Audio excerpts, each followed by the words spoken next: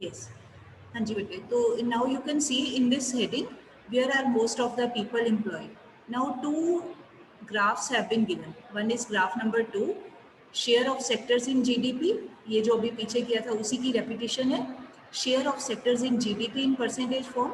And second graph में share of sectors in employment in percentage form.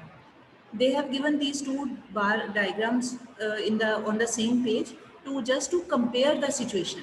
What is the role of three sectors, primary, secondary, tertiary, in gross domestic production, or what is the contribution या share of these in providing employment to the people. तो एक बार हम recall कर लेते हैं. तो यहाँ पर देखिए फर्स्ट डायग्राम में ग्राफ 2 में maximum contribution in the GDP. दोनों अलग अलग चीज़ें हैं, बस ये आपने याद रखना है. Both are different things. ठीक है, ये है GDP, total production in the country. और यहाँ पर इसका मतलब है कि ये जो टोटल प्रोडक्शन है उसको बनाने के लिए how many people got employed, कितने लोगों ने काम किया प्राइमरी सेक्टर में, कितनों ने काम किया in secondary, and how many of the people they worked in tertiary sector. Means this diagram is related with the working situation, employment situation. और ये है कि उन लोगों ने काम करके टोटल कितनी प्रोडक्शन की, ये है. तो यहाँ पे व्हाट डू वी सी, अगर हम जीडीपी वाला देखें तो 71 में maximum contribution was of primary sector. ठीक है, एंड उसके बाद सेकंड जो था, we can say after primary sector, second major sector was this tertiary sector. And in because इसका ये वैल्यू ज़्यादा है ना, तो in between contribution was of industries या secondary sector. Now in the year 2010 or 11 में surprisingly contribution of yes Mandeep, you have raised hand. Am I audible बेटे? Good morning ma'am. हाँ जी मनदीप. मैम जो हमारी बुक में ग्राफ है वो 1972 का है. जिनके पास ओल्ड बुक्स हैं, मैंने पहले भी बताया, ओल्ड बुक्स वाला ग्राफ यूज़ नहीं करना, ये लेटेस्ट है. आपने ये चाहे तो आप नेट से निकाल लो ये पेजेस, चाहे आप किसी और से अपना फोटो स्टेट करवा लो. मैंने पहले ही ये बात on the very first day बता दी थी. लेटेस्ट वाले डायग्राम करने हैं. पुरानी बुक्स में कोई और ईयर के होंगे, वो नहीं करना है. हाँ जी, नाउ मोक्ष हैज रेज्ड हैंड. हाँ जी बेटा. मैम ये ग्राफ हमने लर्न करने हैं ना. बेटे और लाउडली बोलो, यहाँ मुझे सुन नहीं रहा है. मैम ये ग्राफ जो है ये लर्न करने हैं. नहीं नहीं नहीं, लर्न नहीं करने. ये आपको अगर आएगा तो पेपर में ऐसे डायग्राम दिया होगा, बस इसकी क्योंकि एक्सप्लेनेशन. मेरी बुक में 2013 और 14 का ग्राफ है हर एक में, 12 या 11 12 या 13 नहीं 14 कुछ का. नहीं, आपने, मैं अंदाजे से ही बता रही हूँ, आप मुझे पता नहीं चल रहा है, बट मैं चलो बता रही हूँ. ये ग्राफ आपने वैल्यूज याद नहीं करनी है. No value is to be learned. ये आपको पेपर में आएगा, इधर देखो ना, ये वैल्यूज दी हुई हैं, तो आपने मैथ्स में भी किया हुआ है, यहाँ से फिर आपने वैल्यू देख लेनी है. जैसे ये 70 और 80 के बीच में है, तो आप तकरीबन 73 या 4 के आसपास है. ऐसे आपको क्वेश्चन उसी में से आएगा. मतलब वैल्यू वाला तो आता ही नहीं है, आ भी जाए तो आपने इधर से चेक करना है. याद करने वाला इसमें कुछ नहीं है. Don't waste time in learning. ठीक है, कभी भी नहीं आता है. आपको बस इतना पूछा जाएगा कि कौन से सेक्टर का कंट्रीब्यूशन ज़्यादा है, किसका कम है, या कंपैरेटिवली किसका रोल ज़्यादा है या किसका कम है. बस इस टाइप के क्वेश्चन आते हैं. या नाम आ जाएगा, जैसे यहाँ पर मैं बोलती हूँ, क्वेश्चन आपको आ सकता है कि 2010-11 में which sector contributed more in the GDP. तो आप कहोगे अब ये इसका वैल्यू ज़्यादा है ना, ये सबसे बड़ा है, तो you will say tertiary sector. अब अगर मैं दूसरा क्वेश्चन पूछूं कि 2010-11 में which sector contributed the least, सबसे कम किसका कंट्रीब्यूशन है, आप कहोगे ये कौन सा है, प्राइमरी सेक्टर का. बस इस टाइप के क्वेश्चन आते हैं. ठीक है. अच्छा, अगर आपको क्वेश्चन आए कि जैसे कौन से सेक्टर का रोल सबसे ज़्यादा इंक्रीज हुआ है इन कंपैरिजन, तो आप कहोगे टर्शरी सेक्टर का रोल सबसे ज़्यादा बड़ा है. मतलब इस टाइप के आते हैं. वैल्यू वाला नहीं कोई आता, ना ही आपने याद करना है. ठीक है. अच्छा, नाउ कमिंग टू दिस. अब यहाँ पर क्या है, share of sectors in employment, कि भी ये सारी जो टोटल प्रोडक्शन की है, तो इनको बनाने वाले लोग कितने थे, कितने % लोग काम कर रहे थे. तो 1971 में maximum people they were working in primary sector. ये देखो सबसे बड़ा है ना ये बार का पार्ट ग्रीन कलर वाला. तो आप कहेंगे इसको एक्सप्लेन कैसे करेंगे, कौन से सेक्टर में सबसे ज़्यादा लोग काम कर रहे थे. Most of the people they were employed in primary sector. किस सेक्टर में सबसे कम लोग काम कर रहे थे, तो अगर हम थोड़ा कंपेयर करें ध्यान से, तो ये येलो वाला इसमें सबसे कम है, ये उसके मुकाबले थोड़ा ज़्यादा है. तो हम कहेंगे कि इंडस्ट्रीज़ में सबसे कम लोग काम कर रहे थे. Less percentage of people were employed in, percent में है ना तो साथ में परसेंट क्या देना है, least % of people they were working in employed in secondary sector. और उसके बाद जो सेकेंडली मतलब दूसरे नंबर पे कौन सा सेक्टर लोगों को काम दे रहा था, तो वो टर्शरी है। थर्ड नंबर पे कौन से सेक्टर में लोग काम कर रहे थे, तो इंडस्ट्रीज है। फर्स्ट नंबर पे एग्रीकल्चर या प्राइमरी सेक्टर है। ये सिचुएशन है, दिस इज इन 70s 70-71 में। अब इसके कंपैरेटिवली 2009-10 में क्या हो गया, सिचुएशन चेंज हो गई है थोड़ी सी, बहुत ज़्यादा नहीं चेंज हुई बट थोड़ी सी चेंज हुई है। अब हम क्या what are we observing now, the number of या percentage of employed people in primary sector that has got reduced. यहाँ पर इस वैल्यू के मुकाबले ये बाद में वैल्यू नीचे आ गई ना, तो मतलब लेसर नंबर इसके कंपैरेटिवली। बट स्टिल अगर हम ये देखें कि बाकी सेक्टर्स का भी साथ में कंपेयर करें, तो अभी भी बाकी के दोनों सेक्टर्स के मुकाबले में still most of the people are 2009-10 में अभी भी वो कहाँ पर काम कर रहे हैं, they are working in primary sector.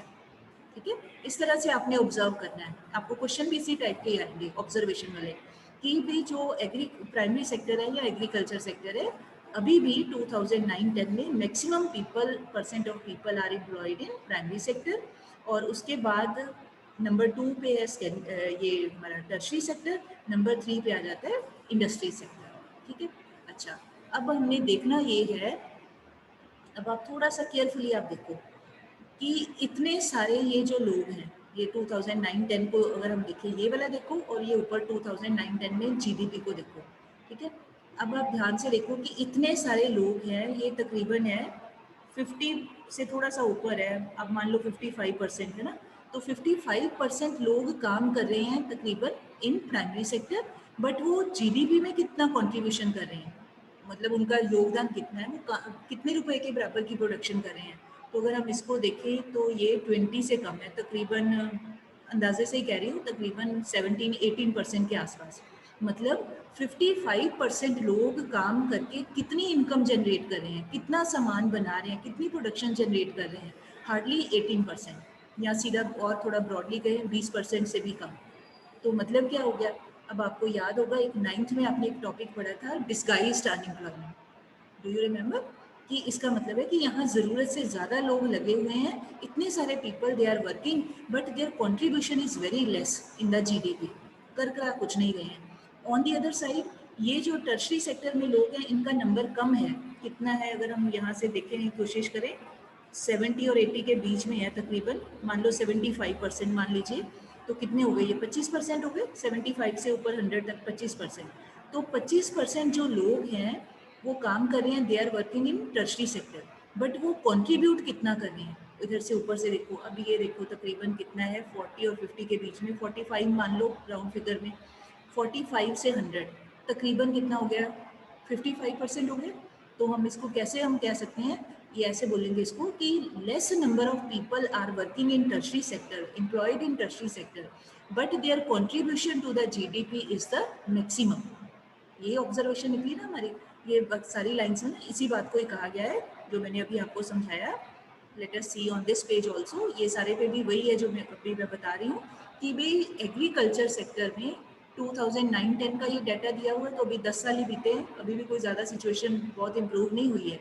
मतलब ज़्यादा लोग जो हैं वो फार्मिंग सेक्टर में, प्राइमरी सेक्टर में दे आर वर्किंग, बट उनकी उतनी प्रोडक्टिविटी नहीं है, उनका उतना कंट्रीब्यूशन नहीं है जीडीपी में, उतना वो अपना हिस्सा नहीं डाल रहे हैं, काम तो कर रहे हैं, देखने में लग रहा है काम कर रहे हैं, बट उनका उतना कंट्रीब्यूशन सामने जीडीपी में नहीं दिख रहा है। और टर्शरी सेक्टर में थोड़े लोग भी काम करके वो बहुत ज़्यादा कंट्रीब्यूट कर रहे हैं, उनकी प्रोडक्टिविटी बहुत हाई है, वो बहुत ज़्यादा इनकम जनरेट कर रहे हैं, जीडीपी जनरेट कर रहे हैं। ये सारा कुछ इसमें, ये सारे पैराज में ये बताया हुआ है। ठीक है, अच्छा अब यहाँ पर है ये जो सेकंड पैरा है, ये मैंने जो अभी एक्सप्लेन कर दिया ना, ये उसी बात को ही लिखा हुआ है। अब मैं यहाँ से पढ़ रही हूँ, what it means is that, यहाँ से दैट देयर आर, यहाँ अंडरलाइन करिए प्लीज, यहाँ से ये वाला para, what it means is that, यहाँ से there are more people in agriculture than is necessary, so even if you move a few people, move की जगह आप लिखो रिमूव, यहाँ आर ही लिख लो साथ में, रिमूव आना चाहिए था यहाँ word. So even if you remove a few people out, या move a few people out, चलो ये भी ठीक है, कुछ लोगों को निकाल दें, तो क्या होगा, production will not be affected, in other words workers in agriculture sector are under employed. ठीक है, मतलब ये कि ये जो हमने पिछले ग्राफ में देखा है, लेट मी शो अगेन, भी ये जो इतने सारे यहाँ पर लोग काम कर रहे हैं कि अगर इनमें से कुछ लोगों को इफ वी रिमूव, उनको बाहर निकाल दें। अब बाहर निकालने का मतलब ये नहीं कि वो घर से निकाल दें, बाहर निकालने का मतलब कि उनको एग्रीकल्चर के कामों से हटा दें, वो ना भी करें काम, तो क्या होगा, ये टोटल प्रोडक्शन में कोई असर नहीं आएगा, ये इतनी की इतनी रहनी है। तो इसका मीनिंग क्या हो गया कि वो जो लोग लगे हुए हैं, यहाँ जो लिखा है कि टोटल प्रोडक्शन में हमारा कोई फर्क नहीं पड़ेगा। क्यों क्यों नहीं पड़ेगा? क्योंकि वो एक्चुअल में कुछ कर ही नहीं रहे हैं, वो बस लग रहा था, दिखने में लग रहा था कि ये लोग भी काम कर रहे हैं, बट रियलिटी में कोई काम नहीं कर रहे हैं, उनके होने या ना होने से कोई फर्क नहीं पड़ रहा है। तो ऐसी सिचुएशन जो होती है, that is called agriculture sector में, that is they are under employed, मतलब उनको पूरा समय वो काम नहीं कर रहे हैं, दे आर अंडर एम्प्लॉयड। अब इसको मैं पहले आपको एक एग्जांपल दे देती हूँ। जैसे यहाँ आगे कहीं दिया भी होगा एग्जाम्पल बीच में, अदरवाइज आपने 9th में भी पढ़ा हुआ है। मान लो एक कोई फार्म है, 1 हेक्टेयर जगह है, वहाँ पे एक फार्म है, तो वहाँ पे काम करने के लिए सिर्फ 4 पीपल आर रिक्वायर्ड, 4 लोग, ओनली 4 पीपल। वो काम करेंगे तो बहुत अच्छा, जितना भी सारे काम हैंडल हो सकते हैं, कोई ट्रैक्टर चला लेगा, कोई इरिगेशन का काम कर देगा, कोई सीड डालने का, जो भी है, मतलब all the activities they can be done by only 4 people. अब कोई फैमिली है, उसमें नंबर ऑफ मेंबर्स हैं 10, घर में बुजुर्ग भी हैं, ओल्ड पीपल भी हैं, छोटे बच्चे भी हैं, यंग पीपल भी हैं, सब मिले जुली एज ग्रुप के लोग हैं।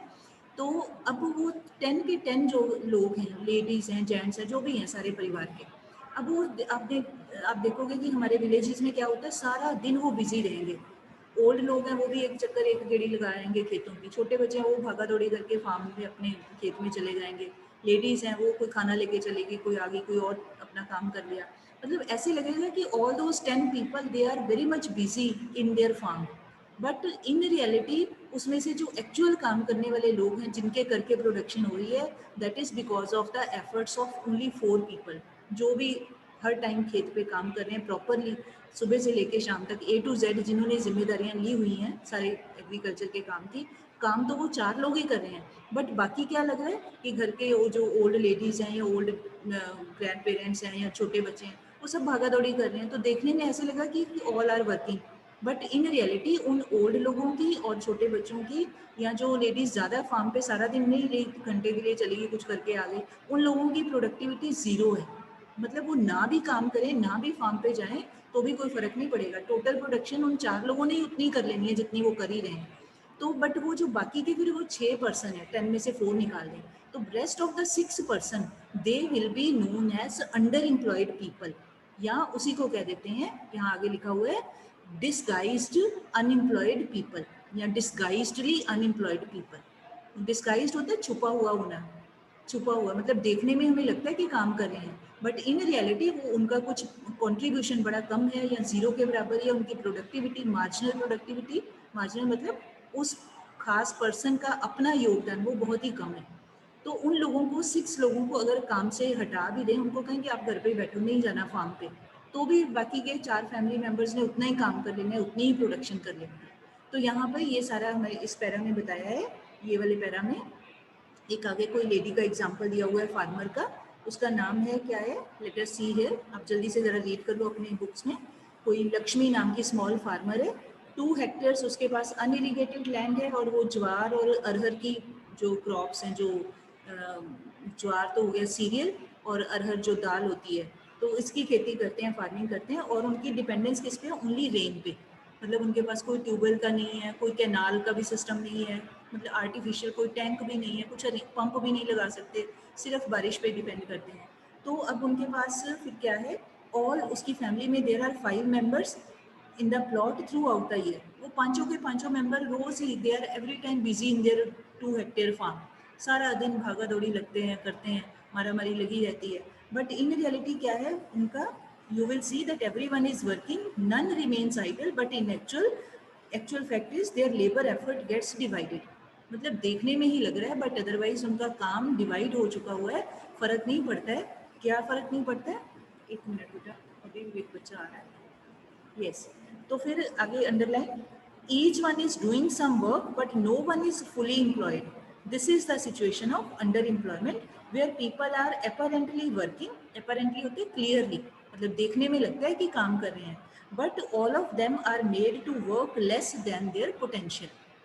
मतलब पांचों लोग देखने में तो फैमिली के लग रहा है कि काम कर रहे हैं, बट जितनी उनकी एबिलिटी है, जितना उनका कैपेबिलिटी है सारा दिन काम करने की, उतना काम नहीं हो रहा है। और वो सारा काम, क्योंकि 5 जने हैं तो वो डिवाइड हो रहा है काम, 5 लोगों में डिवाइड हो गया, तो सब थोड़ा-थोड़ा कर रहे हैं, ऐसे इसको समझ सकते हैं। All are working least possible, क्योंकि डिवीज़न हो चुकी है। अच्छा, बट अगर उसमें से कुछ लोगों को निकाल दें, 5 में से मान लो 2 लोगों को या 3 को निकाल दें, तो भी बाकी के 2 सारा दिन लगे रहेंगे, तो भी वो उतना ही काम कर लेंगे। बट अब यहाँ पे प्रॉब्लम क्या है कि वो सारे फिर क्वेश्चन आपके दिमाग में आ सकते हैं, व्हाई ऑल 5 आर वर्किंग? तो वो पांचों बेचारे इस करके लगे होते हैं क्योंकि उनके पास और कोई ऑल्टरनेटिव काम नहीं है। उनको कोई आसपास कोई फैक्ट्री में काम नहीं है, कोई और काम धंधा ही नहीं है, कोई उनके पास और कोई अरेंजमेंट ही नहीं है काम करने का। तो फिर वो क्या करते हैं, ऐसे ही जो फार्मिंग फैमिलीज के लोग होते हैं, कोई और जुगाड़ नहीं होता है, उनका अरेंजमेंट नहीं होता है, तो they keep on working on the farms. तो इतनी ज़रूरत नहीं, फिर भी लगे ही रहते हैं बेचारे, ठीक है। तो ऐसी situation is very much prominent in our country, specially in the agriculture sector, कि वहाँ पे क्या है, अंडर एम्प्लॉयमेंट है, उसी को ही कह दिया जाता है डिस्गाइज्ड अनएम्प्लॉयमेंट, छुपी हुई, मतलब लग रहा है बट वो एक्चुअल में उनका प्रोडक्शन में कंट्रीब्यूशन इज़ वेरी लेस या निगलिजिबल या इक्वल टू ज़ीरो। तो कोई फ़र्क नहीं पड़ता है वो करें या ना करें, ठीक है।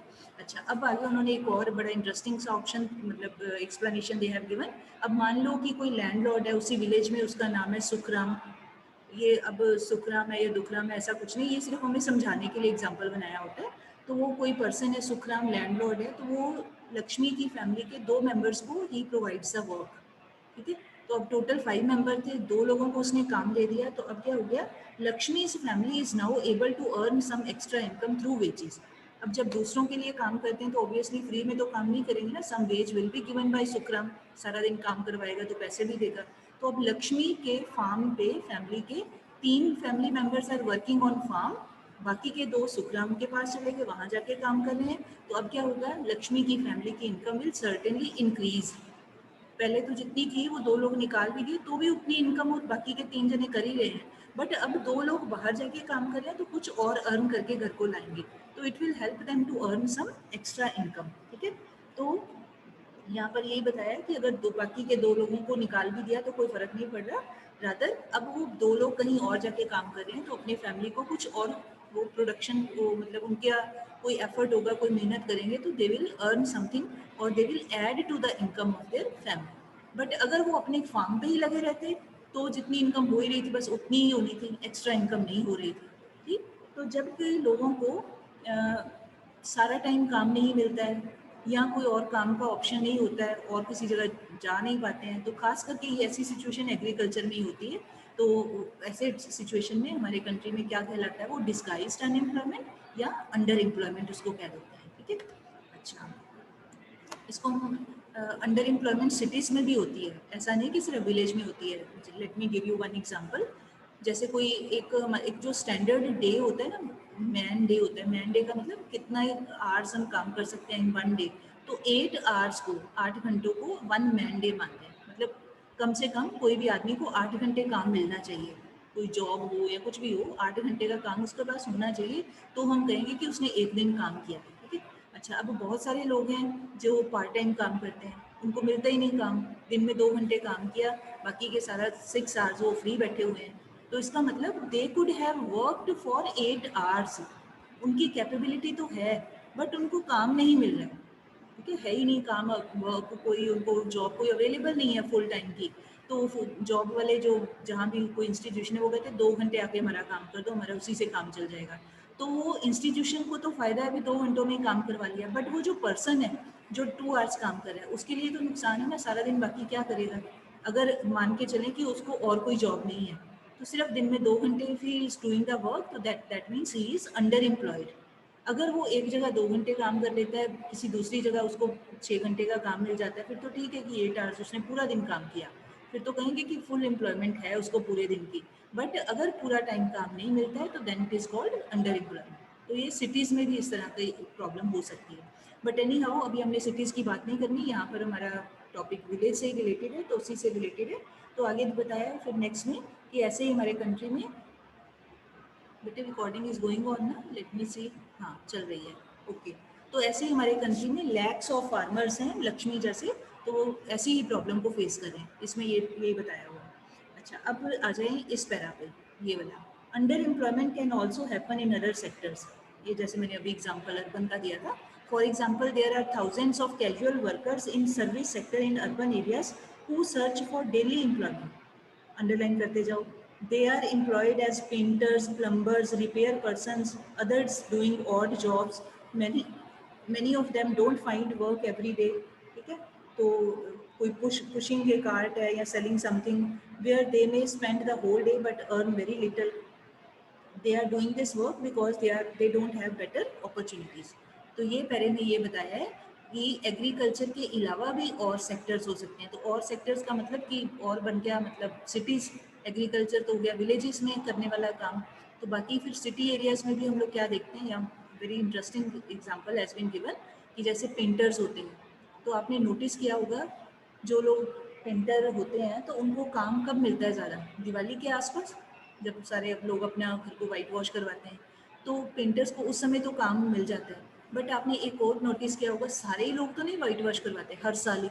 सब नहीं करवाते। एक बार वाइट वॉश करवा लिया, पेंट करवा लिया, कितने ही साल निकल जाते हैं, है ना? 8-10 साल निकल जाते हैं अगर ध्यान से हो। चलो ज़्यादा ना भी, सिर्फ 5 साल भी हो, तो कोई फैमिली ने एक बार वाइट वॉश पेंट करवा लिया जो भी है, तो 5 ईयर्स तक का टाइम आराम से निकल गया।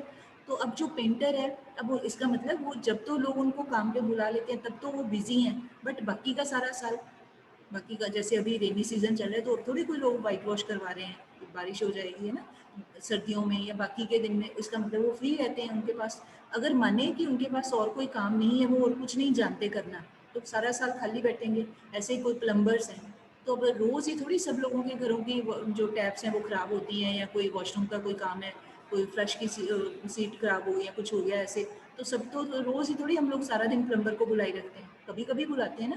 तो कहने का मतलब, कोई रिपेयर पर्सन है या कोई ऐसे इलेक्ट्रिशियन है, कभी कोई घर पे कुछ ख़राब हो गया तो बुला लेते हैं। मतलब ये लोगों को फुल टाइम काम नहीं मिलता है, थोड़े ही टाइम काम मिलता है, कभी कभी काम मिलता है।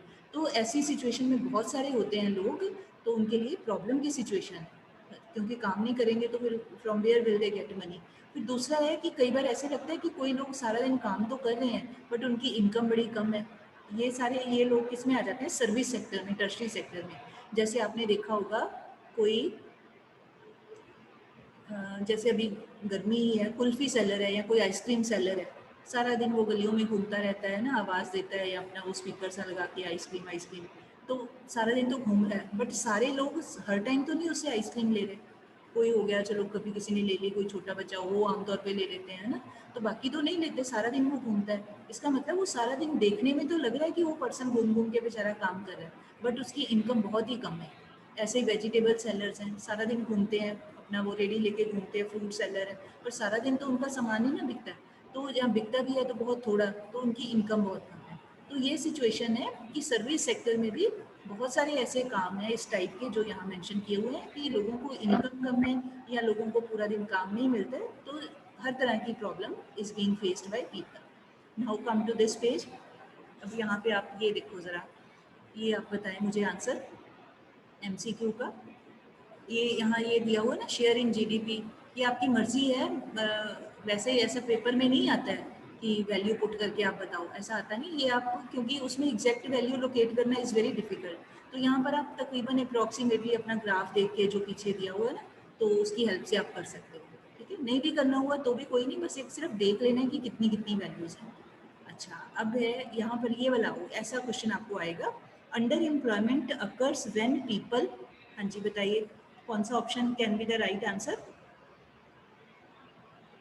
Do not want to work, ये तो नहीं हो सकता। अब सबने जीना है, सबकी नीड्स हैं, पैसे सबने कमाने हैं, तो ये नहीं हो सकता कि they do not want to. अच्छा, they are working in a lazy manner, ये भी नहीं हो सकता। लेजी मैनर में अगर काम करेंगे तो जो ओनर है उनको झट से काम से निकाल देगा, है ना। सब चाहते हैं, घर पे कोई कंस्ट्रक्शन का काम हो, मजदूर लगते हैं तो हम चाहते हैं ना वो तेज़ तेज़ काम करें। सुस्ती डालते हैं तो हम टोक टोक देते हैं उनको कि भाई तेज़ तेज़ काम करो, है ना। तो लेजी तरीके से भी काम नहीं हो सकता। Okay, under employment occurs when people are not paid for their work, नहीं ऐसा भी नहीं हो सकता, क्योंकि बिना पैसों के तो कोई काम नहीं करेगा, फ्री में तो कुछ नहीं करता है। फ्री में तो हम अपनी फैमिली का ही काम करते हैं ना, बाहर वाला तो कोई नहीं करेगा। अच्छा, तो बाकी क्या बच गया? Third option, under employment occurs when people are working less than what they are capable of doing. तो राइट आंसर ये सी थर्ड वाला बनेगा कि वो काम तो कर रहे हैं बट कितना, less than what they are capable, भी जितना कर सकते हैं पूरा दिन उससे कम समय ही उनको काम मिलता है, उनकी एबिलिटी से कम काम मिलता है उनको। तो third option is the right option. ठीक है। अच्छा, एक और क्वेश्चन है यहाँ पे, why should we be worried about under employment. हमें क्यों फिक्र करना चाहिए कि ये अंडर एम्प्लॉयमेंट है, तो इसमें क्या टेंशन वाली बात है, चिंता वाली क्या बात है। तो चिंता वाली बात ये है कि भाई लोग जो हैं, जो वर्किंग एज ग्रुप के लोग होते हैं, एडल्ट आपने किया ना 8th में, नॉर्मली हम बोल देते हैं अभी 18-19 साल से लेके 60 ईयर्स तक तकरीबन हम वर्क कर सकते हैं, हमारा फिजिकली सेहत ठीक रहती है, हमारी हेल्थ ठीक रहती है, तो हम कर सकते हैं काम। तो अगर वही एबल लोग ही पूरा टाइम उनको काम नहीं मिलेगा तो दैट मीन्स उनका कंट्रीब्यूशन बहुत कम होगा। जो कंट्री के जीडीपी में वो अपना हिस्सा डाल सकते हैं अपनी मेहनत करके, अपना हार्डवर्क करके, जितनी वो इनकम जनरेट कर सकते हैं या प्रोडक्शन का कंट्रीब्यूशन कर सकते हैं, बट वो नहीं कर रहे क्योंकि उनके लिए फुल टाइम काम नहीं है। तो दैट मीन्स कंट्री का GDP will get affected, come production होगी। कम प्रोडक्शन एक तो ये तो कंट्री के लिए होगी, और उस पर्सन को अपना पर्सनली क्या नुकसान होगा, उसको इनकम ज़्यादा नहीं होगी, और इनकम ज़्यादा नहीं होगी तो फिर क्या हो जाता है, कंट्री के अंदर पॉवर्टी आती है। जब majority of people, maximum people ये सिचुएशन को फेस करते हैं, तो then their income becomes very less because they are not getting full time work. तो फुल टाइम नहीं है तो इनकम कम होगी, जितने के टाइम करेंगे उतनी इनकम होगी, इनकम कम होगी तो फिर पॉवर्टी आएगी, पॉवर्टी होगी तो they will be unable to fulfil the needs of their family members, फिर गरीबी बढ़ती है, इस तरह से प्रॉब्लम आती है। ठीक है। नेक्स्ट है हमारा how to create more employment. ये इम्पॉर्टेंट है कि भाई अगर ऐसी सिचुएशन है हमारे कंट्री में तो फिर कैसे क्रिएट करें, व्हाट कैन बी डन या व्हाट शुड बी डन, क्या किया जाए कि लोगों को काम मिले। ठीक है। तो अब यहाँ पे ये तो इंट्रोडक्शन सी बनाई हुई है कि एग्रीकल्चर में भी है जो सब टाइम पे काम में नहीं लगे, तो क्या किया जाए। तो यहाँ पे they have again take the case of Lakshmi with her 2 hectare plot of unirrigated land. उसी की बात को आगे कंटिन्यू कर रहे हैं। अभी उसका जो फार्म था अनइरिगेटेड का मतलब कि सिर्फ रेन पे ही डिपेंड कर रहा था, आर्टिफिशियली कोई उसके पास, बेचारे के लक्ष्मी के पास कोई अरेंजमेंट नहीं है। तो अब क्या किया जा सकता है, अब क्या कर सकते हैं, now government's role has come, क्योंकि government can spend, you can underline, government can spend some money और banks can provide a loan to construct a well for her family to irrigate the land. कि पहले तो उसका ये arrangement हो कि उसको पूरा साल इरिगेशन का अरेंजमेंट रहे, सिर्फ बारिश के दिनों में ही नहीं हो। बरसात तो एक लिमिटेड सी होती है ना, सारा साल जब भी किसी भी, जो हमें पता है कि एग्रीकल्चर में कोई क्रॉप्स हैं तो पानी के बिना तो वो सर्वाइव नहीं कर सकती। तो कुछ अरेंजमेंट करने के लिए मान लो उसने वेल की खुदाई करनी है, तो पैसे ही नहीं है उसके पास, तो यहाँ पे गवर्नमेंट हेल्प कर सकती है, या बैंक्स उसको कम इंटरेस्ट पे लोन दे सकते हैं, सस्ता लोन दे सकते हैं, मतलब उसको यही नहीं कि सारे पैसे उसके इंटरेस्ट चुकाने नहीं लग जाएं, तो उसको सस्ता लोन दे सकते हैं, चीप लोन। फिर क्या कर सकते हैं, Lakshmi will then be able to irrigate her land and take a second crop wheat during the Rabi season. ठीक है। हमारे कंट्री में 2 मेन सीजन है, ये हम आगे चैप्टर करेंगे एग्रीकल्चर ज्योग्राफी में, तो तब भी आएगा। 2 मेन सीजन है, एक होता है गर्मियों का सीजन, एक होता है सर्दियों का सीजन। ठीक है। एक को कह देते हैं रबी क्रॉप्स, एक को कह देते हैं खारिफ क्रॉप्स। ठीक है। जैसे वीट है ना, कनक है, तो तकरीबन अक्टूबर के एंड में या नवंबर में उसको सोइंग की जाती है, और बैसाखी के आसपास मार्च अप्रैल में उसको काट लेते हैं, वो होता है रबी सीज़न। उसके बाद ये बारिश के शुरुआत में, ये जून के शुरू में से लेके अक्टूबर के एंड तक, ये सीज़न होता है खारिफ सीज़न। खरीफ भी बोल देते हैं कई लोग, खारिफ भी बोल देते हैं। तो अब वो ये है कि अगर तो सारा साल इरिगेशन का अरेंजमेंट हो तो कोई फार्मर वो 2 क्रॉप्स ले सकता है, मतलब रबी सीजन की क्रॉप की भी सोइंग कर सकता है, खरीफ की भी कर सकता है।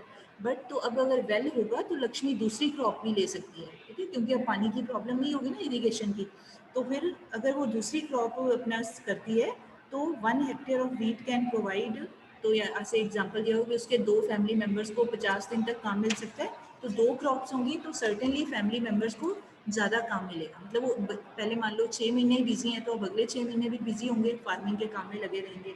तो अब है, मान लो नेक्स्ट पेज के ऊपर, इसका मतलब ये नहीं कि ऐसे किया जाता है, ये सिर्फ एक पॉसिबल सॉल्यूशंस बताए जा रहे हैं। फिर है कि मान लो अभी गवर्नमेंट क्या करती है कि उस इलाके में, now suppose a new dam, underline new dam is constructed, canals are dug to irrigate such farms, This could lead to a lot of employment generation within agriculture sector itself, reducing problem of underemployment. कि भी पहले जो लोग घरों में families के भी irrigation नहीं होती तो बैठे रहते हैं खाली, वो जो है बस उसी से काम चलाते रहते हैं. अब अगर डैम होगा तो डैम के साथ फिर कैनाल्स भी होती हैं, नहरें भी होती हैं. भी जिन एरियाज में बारिश कम होती है या सारा साल नहीं पानी का arrangement होता है, तो कैनाल्स के जरिए भी वहाँ तक पानी ले जाया जा सकता है, ज़्यादा क्रॉप्स ग्रो की जा सकती हैं. ठीक है, तो लोगों को थोड़ा काम मिलेगा. अब एक और उन्होंने बता दिया है कि now suppose Lakshmi and other farmers produce more than before. कि अब क्योंकि 2 क्रॉप्स ले रहे हैं, पहले से ज़्यादा उनकी कल्टीवेशन है, ऑब्वियसली 2 क्रॉप्स हैं तो ज़्यादा ही प्रोड्यूस होगा. तो अब उसको फिर वो सारा तो नहीं अपने घर पे रख लेंगे फैमिली मेम्बर्स के लिए. जो सरप्लस प्रोडक्शन होगी, एक्स्ट्रा अपने घर को लिए व्हीट है या राइस है जो भी है, अपने घर की कंजम्पशन के लिए रखने के बाद जो फालतू होगा, एक्स्ट्रा होगा, they can sell that crop production in the market also. बची हुई फसल को सेल कर सकते हैं. फिर उसके बाद अगर वो सेल करना चाहते हैं तो उनको फिर ट्रांसपोर्टेशन की ज़रूरत होगी, ट्रैक्टर ट्राली की ज़रूरत होगी, कोई बड़ा सा जो 4 व्हीलर होता है या कोई ट्रक होता है, कुछ भी जितनी भी प्रोडक्शन है एटलीस्ट ट्राली तो चाहिए ना, तो वो उसकी ज़रूरत होगी. अब अगर ट्रांसपोर्ट है तो फिर गवर्नमेंट क्या है यहाँ पर underline, if government invest some money in transportation and storage of crops or makes better rural roads to so that mini trucks can reach everywhere, so several farmers like Lakshmi can continue to grow and sell these crops. मतलब कि अब अगर transportation का कोई arrangement हो जाए, अच्छी सड़कें बन जाए, अच्छे तरीके से आने जाने का कोई ना कोई अरेंजमेंट हो जाए, कोई ट्रैक्टर ट्रॉली का भी अरेंजमेंट हो जाए, हर तरह से कोई सहूलत मिल जाए. क्योंकि अगर क्रॉप को, सारी क्रॉप्स को कोई घर पे स्टोर करके नहीं रख सकता है, अलग अलग नेचर की क्रॉप्स होती हैं. जैसे कोई व्हीट है वो तो चलो मान लो साल 2 साल रख भी सकते हैं, बट कहाँ रखें, उतनी जगह भी तो होनी चाहिए स्टोर करने के लिए, प्रॉपर किसी तरीके से वो रखें, कोई उसको ताकि कीड़ा ना लगे, ख़राब ना हो. तो उस तरीके का कोई स्टोरेज का कोई बंदोबस्त हो जाए फिर तो ठीक है. तो लक्ष्मी जैसे जो फार्मर्स हैं, पुअर फार्मर्स हैं, वो थोड़ा सा अपनी इनकम को बढ़ा सकते हैं by taking help of all these things. ठीक है, तो हमने यहाँ तक किया है कि उनका थोड़ा काम बढ़ सकता है, ट्रांसपोर्टेशन, फिर आगे ट्रेड कर सकते हैं अपने सामान को कोई और शहरों में आसपास, जैसे कोई फ्रूट्स हैं या वेजिटेबल्स वाले हैं, वो आसपास के जो नियर बाय टाउन होते हैं वहाँ जाके बेच सकते हैं, अपना जा सकते हैं. तो एक उनकी इनकम को बढ़ाने का ये एक ज़रिया हो सकता है, एक सोर्स हो सकता है. कि सिर्फ नेचर के ऊपर, बारिश के ऊपर डिपेंड होने के करके पुअर फार्मर है बेचारे, कुछ कर नहीं सकते, कि मीन्स उनको कुछ मदद हो जाए अगर, if they get some help from the government, तो इस तरीके से वो अपने काम को थोड़ा एक्सपेंड कर सकते हैं, अपने फैमिली मेम्बर्स को भी कोई ना कोई काम में बिजी कर सकते हैं. ठीक है जी, तो आज हमने यहाँ तक रीड किया है. तो यू ऑल आर रिक्वेस्टेड, आपने यहाँ तक दोबारा से पढ़ना है, दोबारा से पढ़ के ट्राई टू अंडरस्टैंड जो मेन लाइन्स हैं, अगर मेरे से रह भी गई हैं तो आपने खुद से उनको अंडरलाइन कर लेना. और please keep on learning also, जहाँ भी मेन कुछ आता है उसको लर्न कर